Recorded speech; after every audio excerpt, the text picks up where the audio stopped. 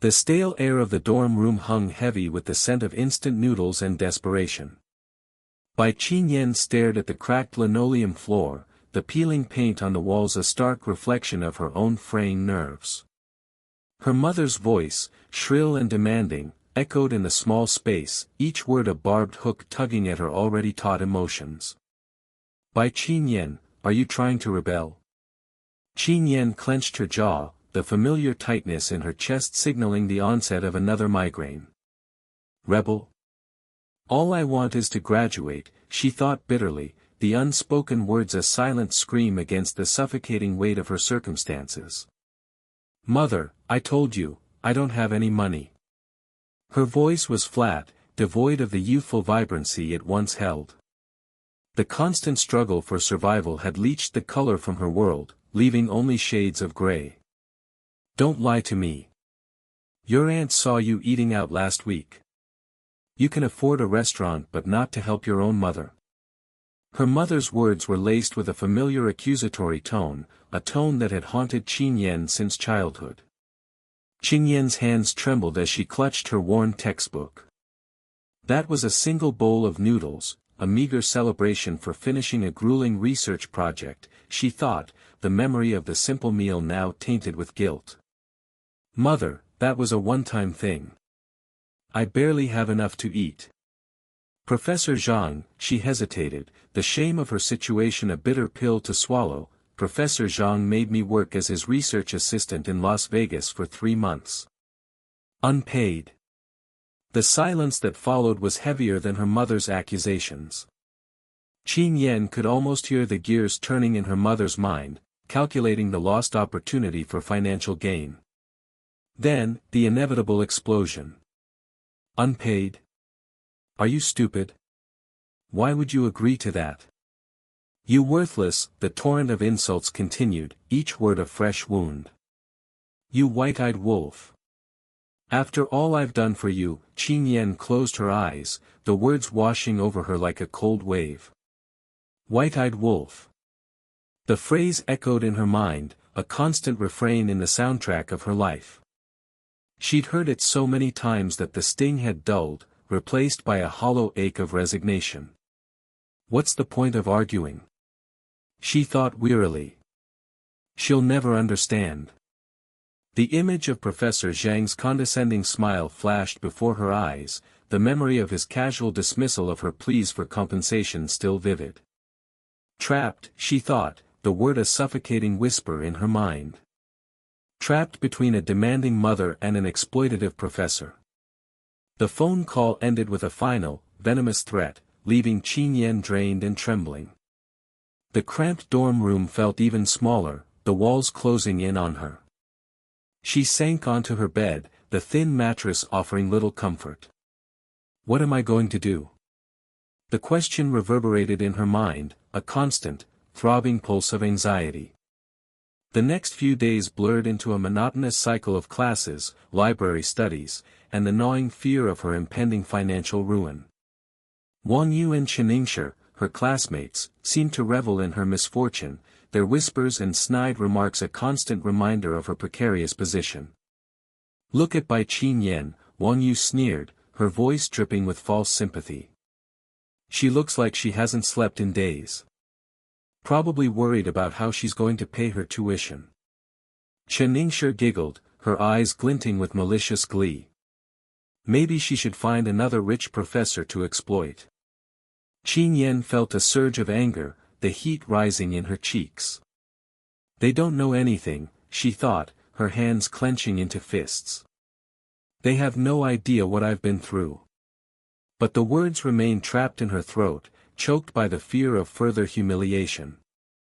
She turned away, her shoulders slumping in defeat.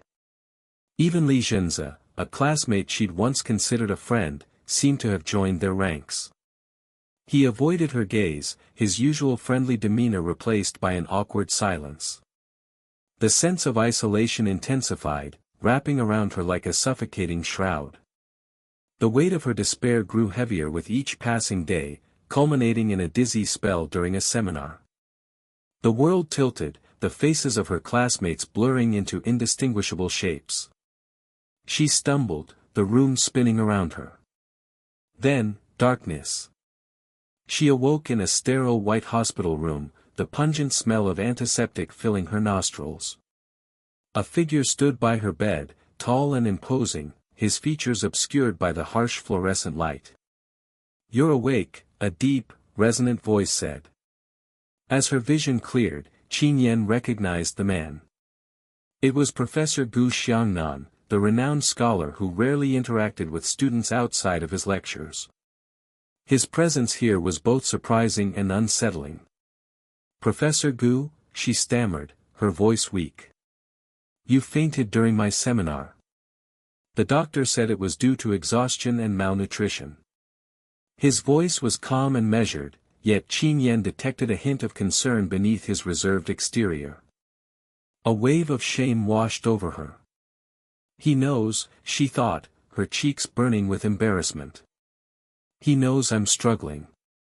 I am sorry for the trouble," she mumbled, her gaze fixed on the crisp white sheets. "Don't apologize," he said, his voice softening slightly. "Take care of yourself. Your health is more important than anything." His words, simple yet sincere, struck a chord within her. A flicker of warmth, unexpected and unfamiliar, bloomed in her chest. He cares, she thought, the realization both surprising and strangely comforting. He actually cares. In the following days, Professor Gu visited her regularly, bringing books, fruit, and a quiet, steady presence that eased her anxieties. He never mentioned her financial difficulties, but his actions spoke volumes. He arranged for her to have access to nutritious meals and ensured she had a quiet place to rest and recover. One afternoon, as he sat beside her bed, reading aloud from a collection of poems, Qin Yan noticed a familiar glint of metal on his left hand. It was a wedding ring, simple and elegant, identical to the one tucked away in her own purse. A memory, hazy and dreamlike, surfaced in her mind. A dimly lit chapel in Las Vegas. A hurried ceremony. A handsome stranger with kind eyes, Xiao Nan, she whispered, the name escaping her lips before she could stop it. He looked up, his expression unreadable. "Xiao Nan," he repeated, a flicker of confusion in his eyes. I don't understand." Qin Yan's heart pounded in her chest. "He doesn't remember me," she thought, a wave of panic washing over her. "He doesn't remember our wedding." The altered appearance, the stress and exhaustion of the past few months, had transformed her into a shadow of her former self. He simply didn't recognize the woman before him as the same person he'd married in a whirlwind Las Vegas ceremony. A sudden, sharp pain pierced her abdomen. She gasped, clutching her stomach. The baby, she thought, her mind reeling. Our baby. The low hum of the espresso machine was a familiar soundtrack to Gu Xiangdong's life. The rich aroma of Arabica beans, usually a comfort, did little to soothe the knot of frustration tightening in his chest. He stirred his macchiato, the rhythmic clinking of the spoon against the porcelain a counterpoint to the silence stretching between him and his younger brother. Xiao Nan sat across the small table, his gaze fixed on the cityscape sprawling beyond the cafe's panoramic window. The sleek lines of skyscrapers mirrored the impassiveness of his expression. Xiangdong sighed, the warm air of his breath fogging the glass momentarily. He knew this conversation wouldn't be easy. "Xiao Nan," Xiangdong began, his voice carefully measured, "I heard you fell out with father again." Xiao Nan's gaze remained fixed on the distant buildings. Xiangdong could almost feel the invisible wall his brother erected around himself, a fortress of quiet defiance. Finally, without turning, Xiao Nan spoke, his voice a low rumble, "He doesn't understand." "What doesn't he understand?" Xiangdong persisted, his frustration edging into his tone. He knew his brother, knew the stubborn brilliance that both captivated and exasperated their family. "That you'd rather bury yourself in academia than take your rightful place in the company?" Xiao Nan finally turned, his dark eyes meeting Xiangdong's. There was a flicker of something in their depths, a weariness that belied his youthful appearance. He sees it as a rejection, Xiao Nan said, his voice barely above a whisper. He doesn't understand that this is my life. Xiangdong took a slow sip of his macchiato, the bitterness clinging to his tongue. You keep hundreds of billions of family property and don't inherit it. Just to get rid of those boring blind dates, Xiao Nan. Is it worth it? He knew his words were barbed, deliberately provocative. He needed to break through his brother's wall, to understand the motivations that drove him to this self-imposed exile. Xiao Nan's jaw tightened, the only outward sign of the turmoil Xiangdong knew was raging within him. He picked up his own cup, a simple black coffee, and brought it to his lips. The silence stretched again, heavy with unspoken words. Xiangdong watched him, a mixture of concern and exasperation warring within him. He understood the pressure their family exerted, the weight of expectations that came with their name and fortune. But he also recognized the unwavering resolve in his brother's eyes, the fierce independence that had always set him apart. It's not just the blind dates, Xiangdong, Xiao Nan finally said, his voice laced with a quiet intensity. It's everything. The expectations, the constant scrutiny, the feeling that my life isn't my own. He paused, his gaze drifting back to the window. At the university, I'm just Professor Gu. No one cares about my family, my money. They see me for who I am, for what I do. Xiangdong studied his brother, the lines of fatigue etched around his eyes. He saw the truth in his words, the genuine yearning for a life free from the gilded cage of their family's wealth and influence. He felt a pang of sympathy, a flicker of understanding for the choices Xiao Nan had made. But you're isolating yourself, Xiao Nan, Xiangdong said softly, his voice losing its earlier edge. You're building walls so high that no one can get in. Is that what you really want? Xiao Nan didn't answer, his silence a tacit admission. He took another sip of his coffee, the dark liquid a stark contrast to the pale porcelain of the cup. Xiangdong watched him, a knot of worry tightening in his chest. He knew his brother's brilliance, his capacity for deep thought and complex emotions. But he also saw the loneliness that clung to him like a shadow, the unspoken yearning for connection that he so stubbornly denied himself. He wondered if Xiao Nan truly understood the cost of his isolation, the price he was paying for his fiercely guarded independence. The thought lingered in the air between them, unspoken but palpable, a silent testament to the complex bond that tied them together. Xiangdong knew he couldn't force his brother to change, couldn't dismantle the walls he had so meticulously constructed. All he could do was offer his support, a lifeline in the self-imposed exile Xiao Nan had chosen. I worry about you, Xiao Nan, Xiangdong said finally, his voice heavy with concern. Xiao Nan finally met his gaze, a flicker of something unreadable in his eyes. I know, he said quietly. But this is my life, Xiangdong. This is who I am. The words hung in the air, heavy with unspoken meaning. Xiangdong knew this was not the end of the conversation, merely a pause in the ongoing saga of their complex relationship. He reached across the table and placed his hand over his brother's.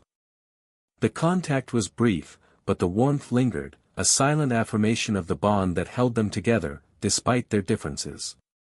He knew that Xiao Nan was walking a lonely path, but he also knew that he couldn't force him to change his course. All he could do was be there, a constant presence in the shadows, ready to offer support when and if his brother finally decided to let someone in.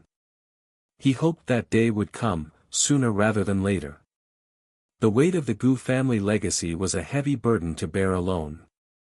The throbbing in her head was a relentless drumbeat against the silence. Bai Qingyan's eyelids fluttered open, the world a blurry canvas of muted grays and disorienting shadows. She blinked, trying to coax her vision into focus, a sour taste clinging to the back of her throat. Where? The room was unfamiliar, luxurious in a minimalist way, sleek lines, muted tones, the subtle scent of sandalwood lingering in the air.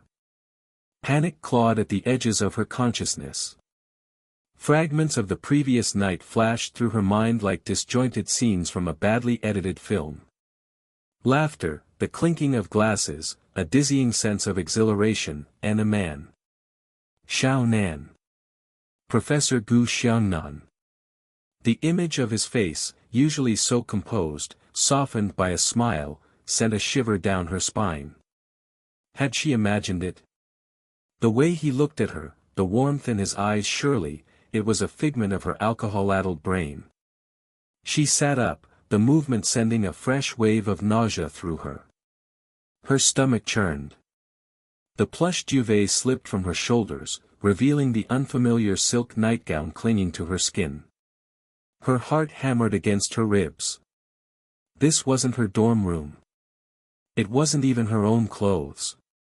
A cold dread seeped into her bones. "Oh, my God," she whispered, the words barely audible even to her own ears. "What did I do last night?" Her mind, foggy and sluggish, replayed the fragmented memories, each one a hazy snapshot of a night she couldn't fully grasp. The casino lights, the rhythmic whirring of slot machines, the overwhelming smell of perfume and desperation. And then Las Vegas. A chapel. Vows exchanged in a haze of champagne and flashing lights. The memory hit her like a physical blow, stealing the air from her lungs. Marriage. She had gotten married. Her gaze fell upon a framed photograph on the bedside table.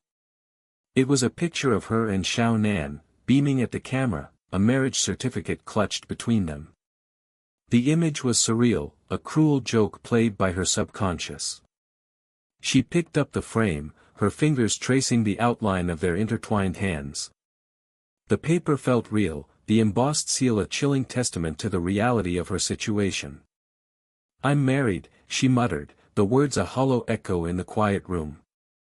This must be a nightmare. A wave of dizziness washed over her, forcing her to lie back against the pillows. She squeezed her eyes shut, willing this to be a bad dream, a hallucination brought on by stress and too much alcohol. But the memory of the officiant's booming voice, "From today I declare you as husband and wife," reverberated in her mind, shattering any remaining hope. Married. To Professor Gu. The thought was ludicrous, terrifying, and yet strangely exhilarating. She had always admired him from afar, his quiet strength, his brilliant mind, the way he commanded the lecture hall with such effortless grace. But marriage? This was a twist she could never have anticipated. The sound of the shower running startled her. Xiao Nan. He was here. In this room. Her husband. The realization sent a jolt of panic through her. What was she going to do? How could she face him? How could she explain what? She didn't even understand what had happened. The memories were too fragmented, too surreal. She scrambled out of bed, her legs unsteady beneath her. She had to get out of here. She had to escape before he saw her, before he realized the enormity of their drunken mistake. As she reached for the door handle, a wave of nausea overwhelmed her. She stumbled towards the bathroom, the room spinning around her. The door was slightly ajar, and through the gap, she saw him. Xiao Nan. Water cascaded down his bare back, his muscles rippling beneath his skin. The sight, so unexpectedly intimate, stole her breath away. He turned, and their eyes met. His gaze, clear and sharp, held a hint of confusion, a flicker of recognition. It couldn't be.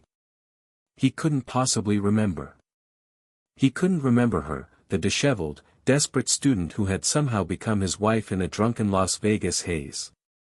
Panic tightened its grip on her throat. She had to leave. Now.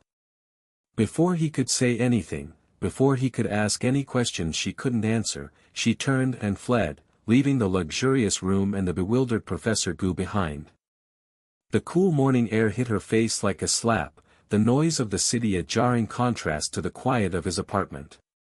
She hailed a taxi, her hands trembling as she fumbled with her purse. The driver glanced at her in the rearview mirror, his expression a mixture of curiosity and concern. She avoided his gaze, her mind racing, trying to piece together the shattered fragments of the night before. How could this have happened? How could she have been so reckless, so foolish? Her thoughts drifted back to the relentless bullying she had endured at university, the constant pressure from her mother for money, the crushing weight of her student loans. Had it all been too much? Had she finally snapped? The weight of her circumstances pressed down on her, suffocating her. She closed her eyes, tears welling up. She was trapped, caught in a web of her own making. Returning to her cramped dorm room offered little solace. The four walls seemed to close in on her, the mess a reflection of the chaos within her mind. She sank onto the bed, the thin mattress offering no comfort. She had to tell someone. But who?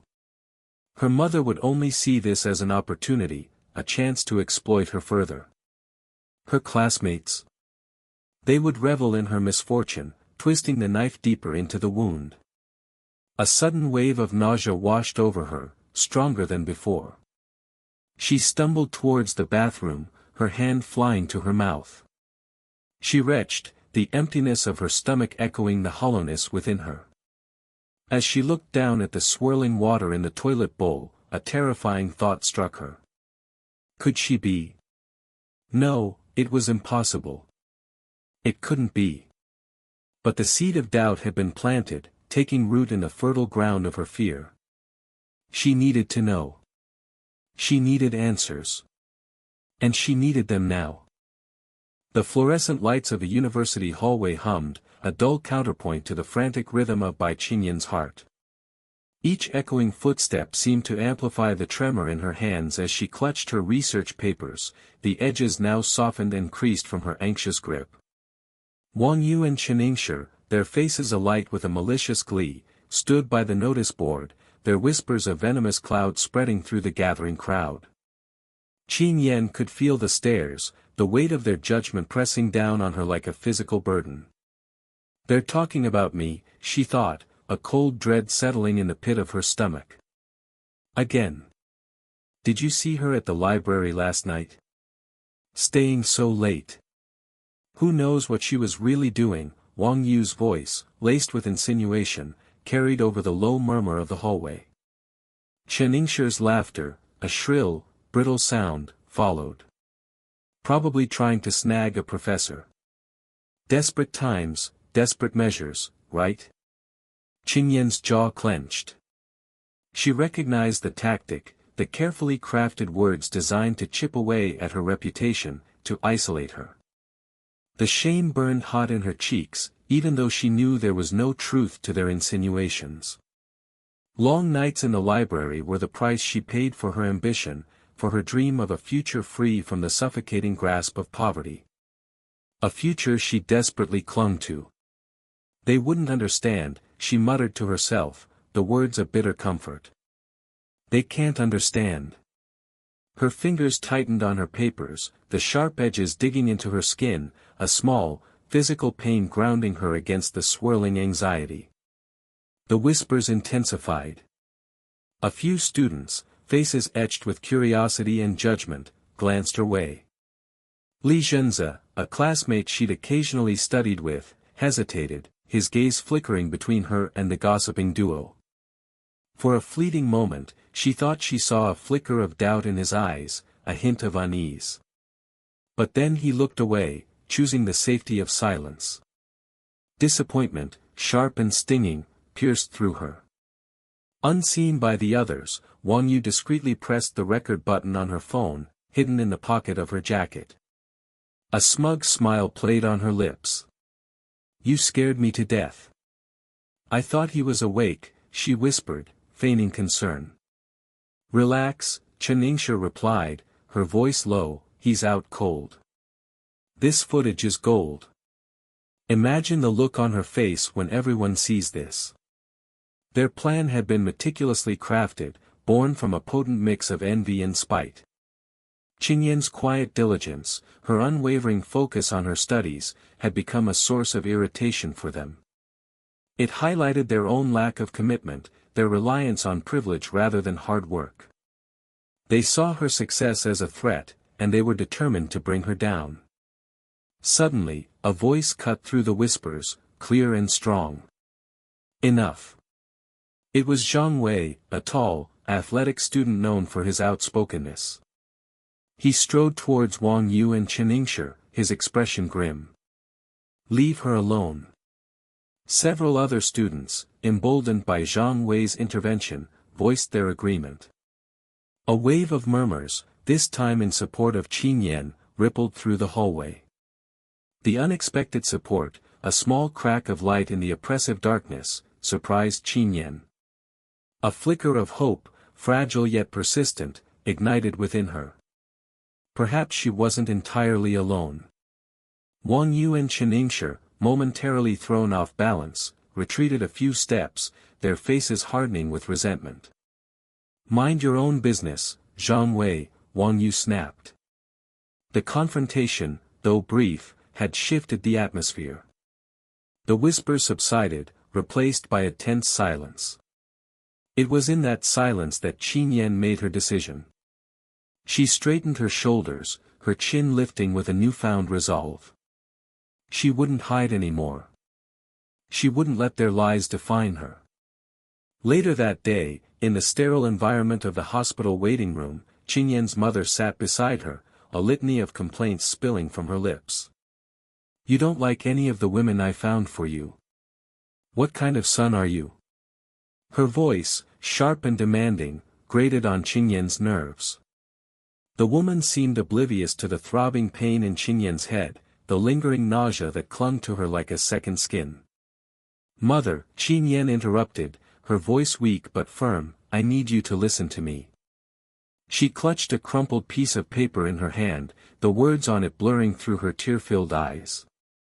The positive pregnancy test, a stark reminder of the night in Vegas, felt heavy in her pocket. A night that had started as an escape, a desperate attempt to forget her troubles, had now irrevocably altered the course of her life. The girl who ran out just now is, her mother started, her eyes narrowed with suspicion. But Qingyan cut her off, the words tumbling out in a rush. She told her mother everything about the drunken night in Vegas, the impulsive marriage to a stranger, the stranger who turned out to be Professor Gu Xiangnan, the man who now lectured her in advanced algorithms, the man whose face was a blur in her memory, obscured by the haze of alcohol and desperation.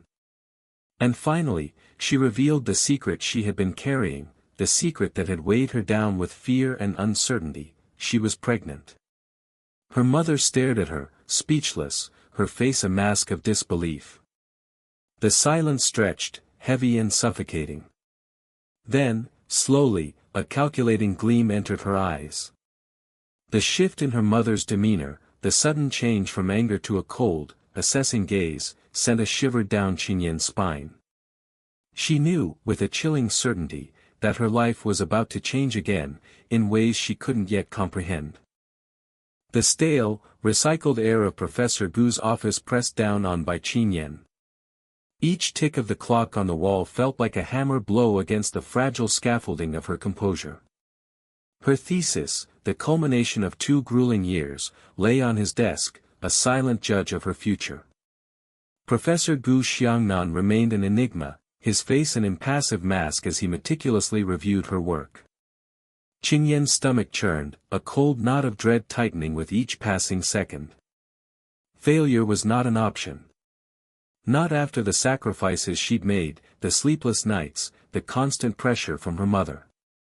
He finally looked up, his dark eyes unreadable. Miss Bai, he began, his voice calm, yet laced with an authority that made her palms sweat, while your research is commendable, the core argument lacks cohesion. The words hung in the air, each syllable a nail in her coffin. Her carefully constructed world threatened to crumble. Cohesion. She'd poured her heart and soul into this. How could he dismiss it so casually? Desperation clawed at her throat, choking off any coherent response.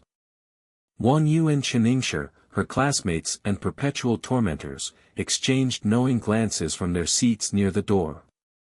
Their barely concealed smirks were a physical manifestation of her impending doom. Qin Yan knew they were relishing her humiliation. They had always seen her as competition, a threat to their own academic ambitions. This was their moment of triumph. A reckless thought sparked in her mind, a desperate gamble born of sheer panic. Her mother's incessant demands for money echoed in her ears, a constant reminder of the precariousness of her situation. Graduation wasn't just a degree, it was a lifeline. She had to pass. There has to be another way, she thought, a frantic energy surging through her veins. Taking a deep breath, Qin Yan straightened her spine, ignoring the tremor in her hands. She met Professor Gu's gaze, a strange resolve hardening her features. "Professor Gu," she began, her voice trembling slightly, yet carrying a surprising strength, I like you." The words hung in the air, thick and heavy with unspoken implications. Inside, her mind screamed. What am I doing? This was madness, utter madness. A flicker of surprise crossed Professor Gu's face, quickly replaced by his usual impassivity. He regarded her with an unnerving calmness that made her want to shrink back into the shadows. Wang Yu and Cheningsher, their eyes wide with disbelief, stifled giggles, the sound grating on Qin Yan's nerves. One of them, she noticed peripherally, had surreptitiously taken out her phone, the red recording light a tiny, malevolent eye observing her downfall. Shame washed over her, hot and suffocating, but she pressed on. She had gone too far to turn back now. "Please be my boyfriend," she finished, the words tasting like ash in her mouth. The silence that followed was deafening, broken only by the faint hum of the air conditioner. Qin Yan's heart hammered against her ribs, a frantic bird trapped in a cage. Professor Gu's eyebrows rose slightly, a hint of amusement playing at the corners of his lips.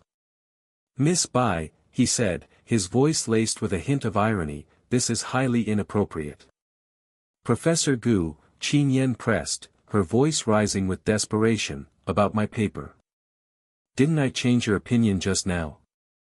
She knew how it sounded, the blatant manipulation, the desperate plea. She hated herself for it, but a strange, defiant courage kept her going. He leaned back in his chair, his expression unreadable. "Your personal feelings have no bearing on the academic merit of your work, Miss Bai." Just as despair threatened to engulf her, a sharp, piercing ring cut through the tense atmosphere. Professor Gu's phone vibrated on his desk, the caller ID flashing, "Hospital." He answered, his voice tight with concern. A few clipped words, a muttered apology, and he was gone, leaving Qin Yan standing there, numb with humiliation and regret. Wang Yu and Cheningsher erupted in laughter, their cruel taunts echoing in the now empty office. "Oh my God, Qin Yan, you're so desperate. Did you really think that would work? Professor Gu? Seriously?" Their words were like daggers, twisting in her already wounded pride. Qin Yan wanted to disappear, to melt into the floor and cease to exist. She stumbled out of the office, the mocking laughter ringing in her ears. She felt a hand on her arm, a surprising touch of comfort amidst the storm of humiliation. It was Li Zhenze, a quiet classmate who usually kept to himself. "Qin Yan," he said, his voice low and hesitant, "are you okay?" She shook her head, tears welling up in her eyes. I just need to go." The hospital was a sterile, brightly lit space, the antiseptic smell sharp in the air. Professor Gu stood by a bed, his back to her, his shoulders slumped with exhaustion. A wave of dizziness washed over Qin Yan, the events of the day catching up with her. She swayed slightly, gripping the wall for support. "Xiao Nan," a weak voice called from the bed. Professor Gu turned, his face etched with worry. And then he saw her. His eyes widened, his expression shifting from concern to recognition. Confusion. Qin Yan, he whispered, the name a question hanging in the air. It's you, he said, his voice barely audible, the words imbued with a strange mixture of disbelief and something else. Something that made her breath catch in her throat. You're my, he trailed off, his gaze fixed on her face, a slow dawning comprehension spreading across his features. Qin Yan's mind reeled. The drunken night in Vegas, the impulsive wedding chapel, the hazy memories of a stranger's face, it all came rushing back, a tidal wave of shock and realization. The man she had just propositioned, the esteemed Professor Gu Xiangnan, was her husband. The world tilted on its axis. The whispers of the nurses, the beeping of machines, the concerned murmur of her mother's voice, it all faded into the background. All that remained was the stunned silence between them, the unspoken question hanging heavy in the air. And then, a new, terrifying thought pierced through the fog of confusion. The faint nausea she'd been experiencing for the past few weeks, the inexplicable fatigue, she placed a trembling hand on her stomach, a dawning realization taking root. This was going to change everything. The stale air of the dorm room, thick with the scent of instant noodles and unwashed laundry, pressed down on by Qin Yan like a physical weight.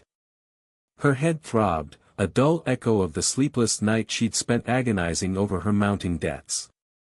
Her mother's shrill voice, echoing from the hallway, sent a fresh wave of nausea through her. She's here.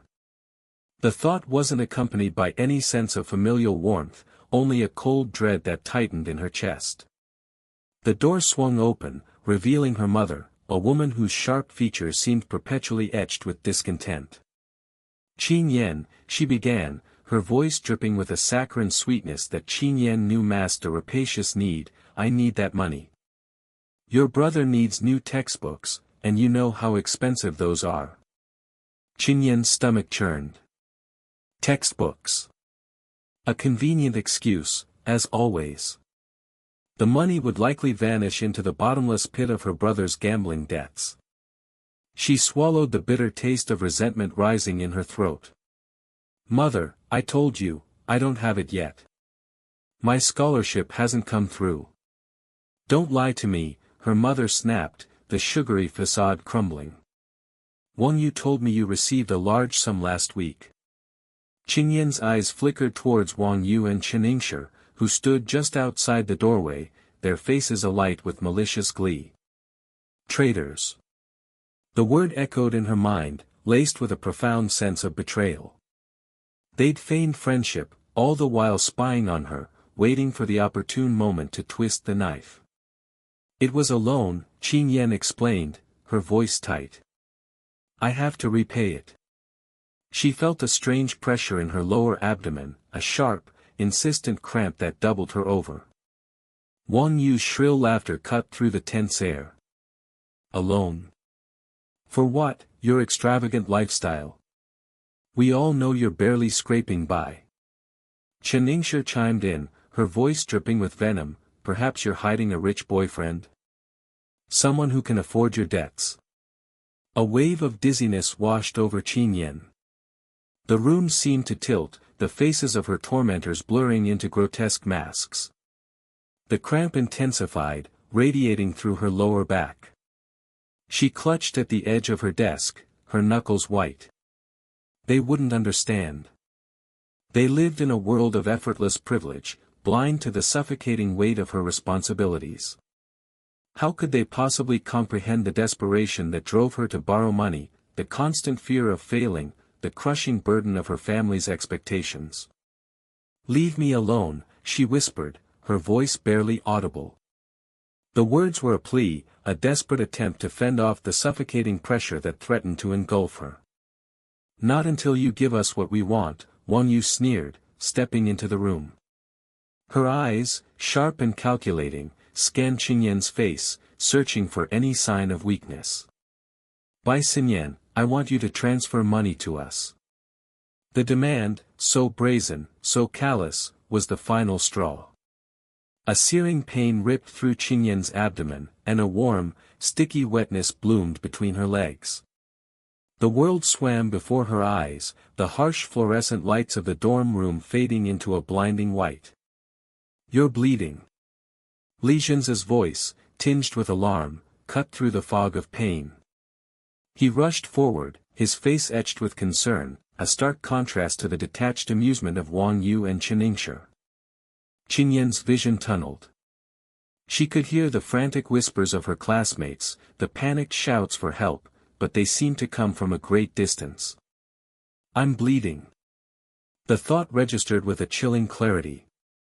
"I'm pregnant." The realization hit her with the force of a physical blow. "I don't even know who the father is."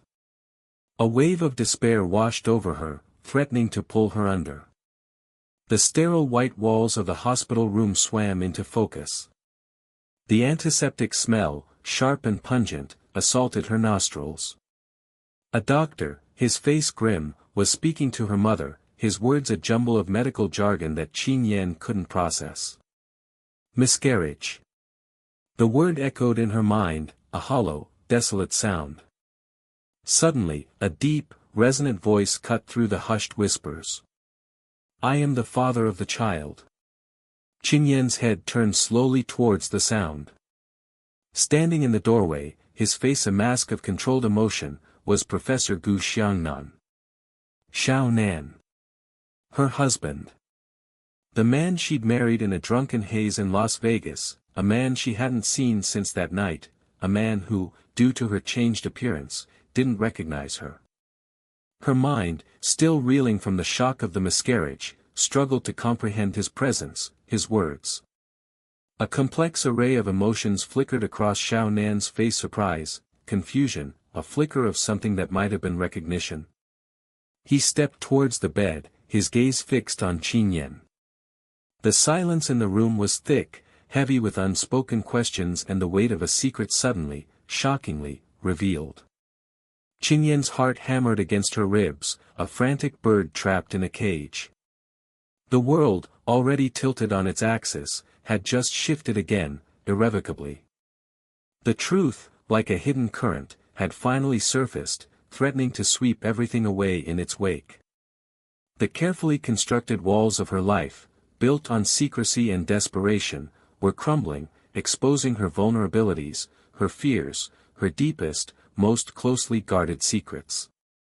And in the midst of the wreckage, a single, terrifying thought took root: what would happen now? The antiseptic smell of the hospital clung to Bai Qin Yan like a shroud. She sat on the edge of the crisp white bed, the thin paper gown rustling beneath her. Her hands, still trembling, rested on her stomach, a subconscious gesture of protection. The ultrasound screen flickered nearby, a silent testament to the storm brewing inside her. Twins. The doctor's words echoed in her mind, each syllable a reverberation of disbelief. Two tiny lives, nestled within her, utterly dependent. A wave of exhaustion washed over her, heavier than the lingering nausea.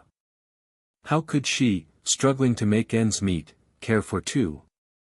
The weight of responsibility pressed down, threatening to suffocate her. A shadow fell across the doorway. Professor Gu. Xiaonan. Her husband. The thought still felt surreal, a bizarre echo of a drunken night in Las Vegas. His face, usually an impassive mask, was etched with concern, a flicker of something else she couldn't quite decipher in his dark eyes. He approached cautiously, his long strides eating up the space between them. The air crackled with an unspoken tension, a silent acknowledgement of the tangled web they were caught in. The babies, she began, her voice a mere whisper, rough with unshed tears. Are they? He reached out, his hand hovering just above hers, a hesitant gesture of comfort. The babies in your belly are fine, he said, his voice low and steady, a grounding force in the swirling chaos of her thoughts. Relief washed over her, so potent it left her weak. He finally settled his hand over hers, the warmth of his touch seeping through her skin. This man, so distant and aloof in the lecture hall, now felt strangely close. He looked at her, a question in his eyes. "Tell me everything." And so she did. She poured out the weeks of torment, the relentless bullying from Wang Yu and Chen Yingshi, the crushing weight of her mother's demands, the desperation that had led her to the brink. As she spoke, the knot of anxiety in her chest began to loosen, replaced by a simmering anger. He listened, his expression unreadable. When she finished, he was silent for a long moment, his gaze fixed on their joined hands. Qin Yan's heart pounded against her ribs. What would he do? Would he recoil from this mess, from her? "I'm married," he said finally, his voice resonating with a newfound steel. "And with me. That changes everything." A tremor of hope ran through her. His words, though simple, held a weight of promise. He wasn't running away. He was accepting. Suddenly, the door burst open, revealing her mother, followed by Wang Yu, Chen Yingshi, and surprisingly, Li Junzi. Their faces, usually alight with malicious glee, were etched with a mixture of confusion and apprehension. News travels fast, Qin Yan thought bitterly. Her mother rushed to her side, her voice dripping with false concern. "Qin Yan. Are you all right? What happened?" The underlying question, Qin Yan knew, was whether she'd managed to secure any money. Before Qin Yan could respond, Xiao Nan stepped forward, his tall frame blocking her from their view. His voice, when he spoke, was cold and sharp, cutting through the air like a shard of ice. "Mrs. Bai, Wang Yu, Chen Yingshi. I believe you owe my wife an apology." Their faces paled. The shift in power dynamics was palpable. The professor, the untouchable figure of authority, was now her protector. He continued, his gaze sweeping over them, each look a silent indictment. "Your harassment and bullying have caused significant distress, not to mention endangering the health of my wife and our children." He paused, letting the weight of his words sink in. "It's a dragon and phoenix fetus." Their expressions morphed from shock to disbelief to outright fear. Twins. And the professor's children. The implications were clear. They had crossed a line they couldn't uncross. Li Junzi, who had remained silent, stepped forward, his face a mask of shame. "Qin Yan, too am sorry. I shouldn't have gone along with them. I was wrong." Qin Yan looked at him, her heart a mixture of weariness and a flicker of forgiveness. His apology, though belated, felt genuine. Xiao Nan addressed the hospital staff, his voice regaining its usual composure. "Please ensure these individuals are removed from the premises. I will be pursuing this matter further with the university." As they were escorted out, her mother's wails echoing down the corridor, Qin Yan turned to Xiao Nan. He looked at her, his eyes softening. "You're safe now," he said, a hint of warmth finally breaking through his reserve. "We'll face this together." The weight on her chest, the one that had been there for so long, finally lifted. A fragile sense of hope bloomed in her heart. The future was uncertain, daunting even. 2 babies. A marriage born from a night of impulsive abandon. A life irrevocably changed. But for the first time in a long time, Qin Yan didn't feel alone. She had him. And she had her children. And somehow, that was enough. The faintest hint of a smile touched her lips. Perhaps, just perhaps, this unexpected twist of fate wouldn't be so bad after all.